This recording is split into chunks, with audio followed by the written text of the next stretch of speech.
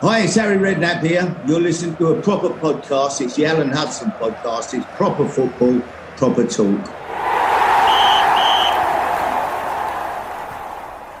Well, I was only a kid when I got in the team, and he was the superstar. I mean, when you see centre forwards today, they couldn't live, as far as I'm concerned, they couldn't live with him. I think Harry will agree, even though, Harry, with Jeff First, who scored the only hat-trick in the World Cup, but Oz was in a different kind of league to that. And I was his roommate when I was my first season, 18-19. So I become very close. And through my early years, I used to clean his boots, and he was a bit of a complex character. You could fall out with him easy.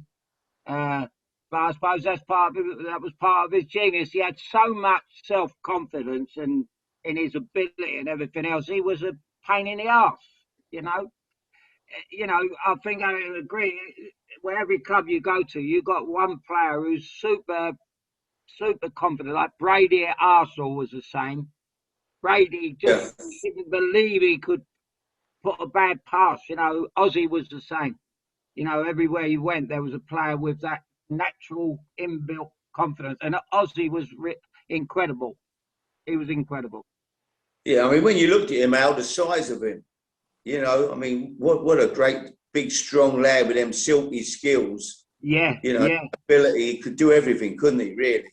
Yeah, I think he could look after himself. He was aggressive, when he had to be. You look back at them Leeds games and that, and you see him, when he was, they were incredible matches.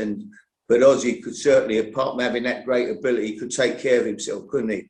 I think that goes back to age. I was told that when Emlyn Hughes broke his leg in the League Cup, he was playing for Blackpool, Emlyn Hughes, and in the early 60s, he broke his leg. And I remember Ozzy coming back and one day told me, he said, I'll get my retaliation in first now. I think that kind of, when he come back with his broken leg, he weren't going to get that happening to him again. And he got more aggressive. People said he weren't as good because he broke his leg, but I think by slowing down, he may become a better player. He was as you said, for a big man, he touched like velvet. Oh, no, all round, yeah, brilliant player. I was always annoyed in 1970 in Mexico that Alf brought Jeff Astle in front of him off the bench against Brazil, because I think if he'd have brought Ozzy on, I think we could have even done Brazil, But then, Alan, you go back to the old story, didn't you? I don't know how many caps he actually got. About 5 H.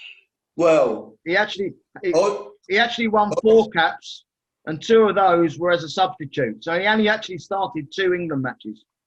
Ozzy, Alan, yourself, Tony Curry, people like that. When you look back on it, it's incredible, isn't it? You've got people getting 50, 60, 70 caps who are so average, it's frightening. Yeah, and when you think our people, the game went boss-eyed, didn't it, really, when we didn't pick people with incredible ability who in any other country, people would have built a team around.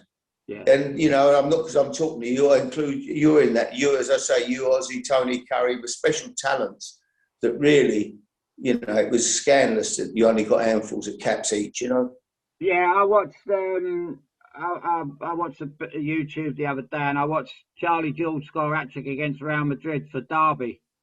And I played against Charlie when he was Islington schoolboys against West London. And you knew Charlie was one of those. Charlie was another one. Yeah, another great talent. Your dad was an Arsenal supporter, right? Wasn't he, old Harry? Big old Alan. We used to go every week, me and my old man.